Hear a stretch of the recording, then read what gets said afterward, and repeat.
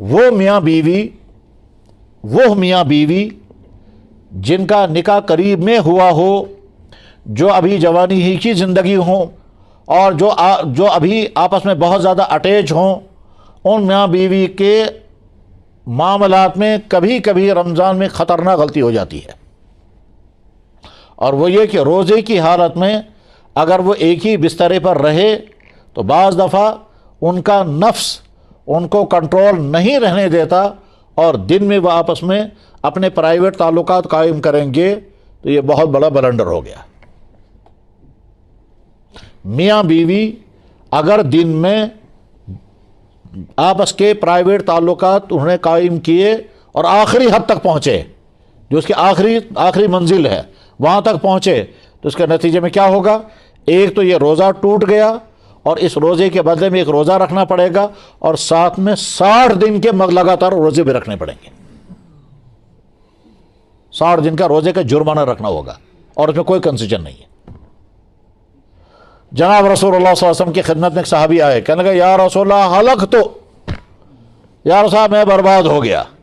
آپ نے فرمایا ماذا وقع، کیا بات ہو گئی؟ کہا وقعت علی امراتی فی رمضان، یا رسول اللہ میں اپنی بیوی پر گر پڑا رمضان میں، یعنی پرائیویٹ تعلقات ہو گئے۔ آپ نے ہم علیک صوم شہرین، 2 مہینے کے روزے رکھنے پڑیں گے۔ اس نے کہا حضرت میں تو ایک دن کنٹرول نہیں کر پایا، تو 2 مہینے کہاں کر پاؤں گا؟ یعنی گویا ان کی حالت یہ رہی ہوگی کہ وہ ہو سکتا ہے دن میں بھی رات میں بھی کئی مرتبہ شاید اپنے تعلقات قائم کرتے ہوں گے، انسان کی قسمیں الگ الگ اللہ نے بنائی ہیں۔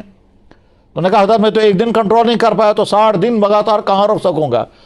آپ نے فرمایا پھر ٹھیک ہے، اگر تم روزہ نہیں رکھ سکتے 2 مہینے، تو تم 60 غریبوں کو کھانا کھلاؤ۔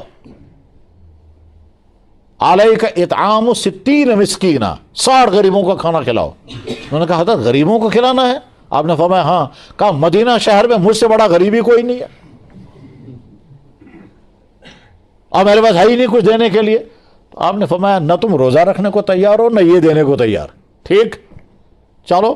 اب بیٹھا ہے وہ مایوس، اب کیا کروں گا؟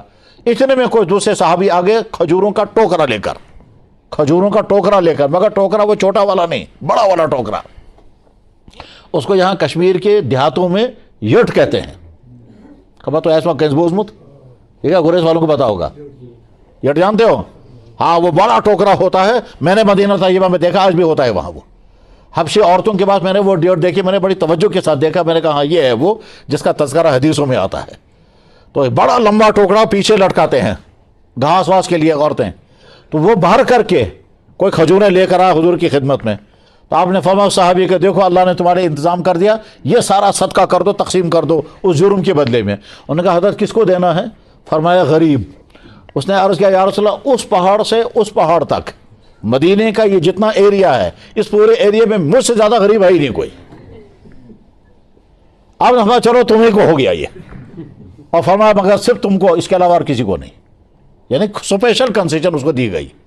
تو مسئلہ کیا ہے؟ وہ میاں بیوی جو ابھی جوانی ہی کی زندگی میں ہوں اور جن کو کنٹرول نہ ہو اپنے اوپر، اگر وہ سحری کھانے کے بعد دن میں ایک ہی بسترے پر رہے تو خطرہ اس بات کا ہے کہ آپ کنٹرول نہیں کر پائیں گے، اور آپ کو نفس جو ہے وہ بے قابو ہو کر کے آپ آخری تعلقات تک پہنچ جائیں گے۔ تو نتیجہ کیا ہوگا؟ نتیجہ یہ ہوگا کہ روزہ بھی ٹوٹ گیا، اور اس کے بعد پھر یہ روزہ قضا کرنا پڑے گا، اور ساتھ میں کفارے میں 2 مہینے کے لگاتار روزے رکھنے پڑیں گے۔ اور اگر شوہر نے زبردستی کی، بیوی منع کرتی رہی اور شوہر نے پھر بھی کیا، تو شوہر پر کفارہ لازم ہوگا 2 مہینے کے روزے، اور قضا بھی لازم ہوگا 1 دن کی، اور بیوی کو صرف 1 دن کا روزہ لازم ہوگا، کفارہ لازم نہیں ہوگا۔ اور اگر بیوی نے بھی تسلیم کیا ہاں ٹھیک ہے، اور جیسے اس نے ویسے ہی اس نے بھی چاہتوں کے ساتھ اپنی ضرورت پوری کی، تو جناب آپ کو بھی 2 مہینے کے روزے رکھنے پڑیں گے، اور آپ کو بھی 61 روزے مرد کے ذمہ، 61 روزے عورت کے ذمہ۔ اس لیے ایسے لوگوں کے لیے عافیت اس میں ہے کہ بس سحری کھانے کے بعد، فجر کے بعد جب آپ کو سونا ہوگا تو الگ الگ بستروں میں سو، بس یہ مسئلہ ختم ہو گیا۔